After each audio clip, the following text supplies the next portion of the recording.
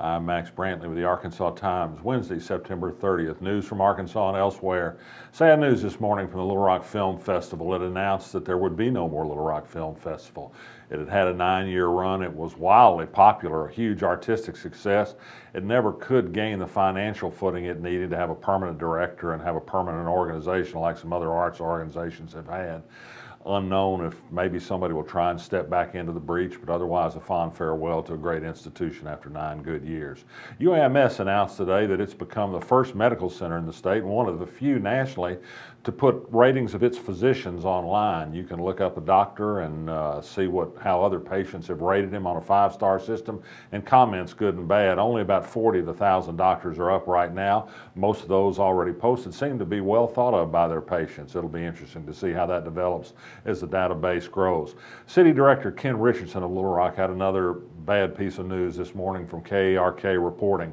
It found out that early in September, Richardson was the subject of a police report. They found him sitting partially conscious, disoriented in a car in southwest Little Rock. They decided he wasn't intoxicated, perhaps having seizures. They called a family member to take him home. They never checked his driver's license, never did a sobriety test. This is certain to raise questions from people who had earlier complained about Richardson's behavior when he was arrested and convicted on a DWI and driving with a suspended license in January. Planned Parenthood won another court case in Utah. A judge there ruled, as a judge in Little Rock had ruled, that it was unconstitutional to stop Medicaid funding simply because of local affiliates association with a national organization that's come under criticism, unfounded so far, for some of its practices. It seems likely that the rulings in Utah and Louisiana and Arkansas and Arizona and Indiana and other places are going to stand under that same legal reasoning. This has been a cookie-cutter effort by Republican governors to take advantage of the doctored videos put out by an anti-abortion group. It was revealed this morning by her lawyer that Kim Davis, the law-flouting county clerk in Kentucky who's refused to issue licenses to same-sex couples, had a private meeting with the Pope, perhaps arranged that somebody in the Pope's entourage with her.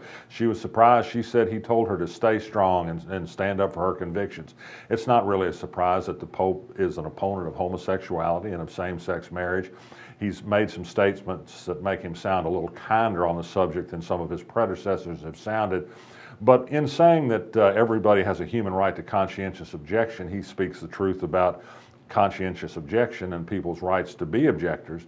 But he seems to be saying that somehow there's something wrong in a legal system that says you may be a conscientious objector, but you may have to pay for it if you don't observe the laws of a state and the federal government and the U.S. Constitution. Kim Davis doesn't have to marry people, but she doesn't have a constitutional right to hold her job either, or to go unpunished if she doesn't fulfill the law. Interesting admission today by Kevin McCarthy, the House Majority Leader for the Republicans in Congress, who hopes to be the next House Speaker, a protege of John Boehner's. He made it pretty clear in an appearance on Fox News that the Benghazi investigation is all about damaging Hillary Clinton politically, and he says, gee, it's done a great job, hasn't it? Well, he's certainly right about that, but an unending investigation of the Ken Starr variety is not exactly good government. It may be good politically, but not anything else. Bill Clinton's going to be in town Friday morning. He's going to dedicate an interesting new permanent installation at the library. It's a series of glass panels etched with quotes and memories of human rights episodes in Arkansas, like the Indian removal and the internment of Japanese in camps here and the desegregation crisis.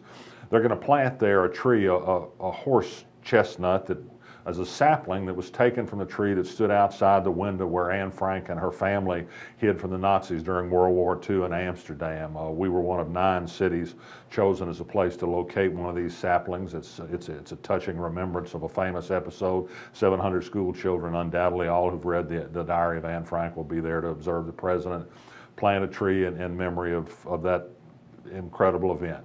I'm Max Brantley. That's it for today. I'll be back tomorrow.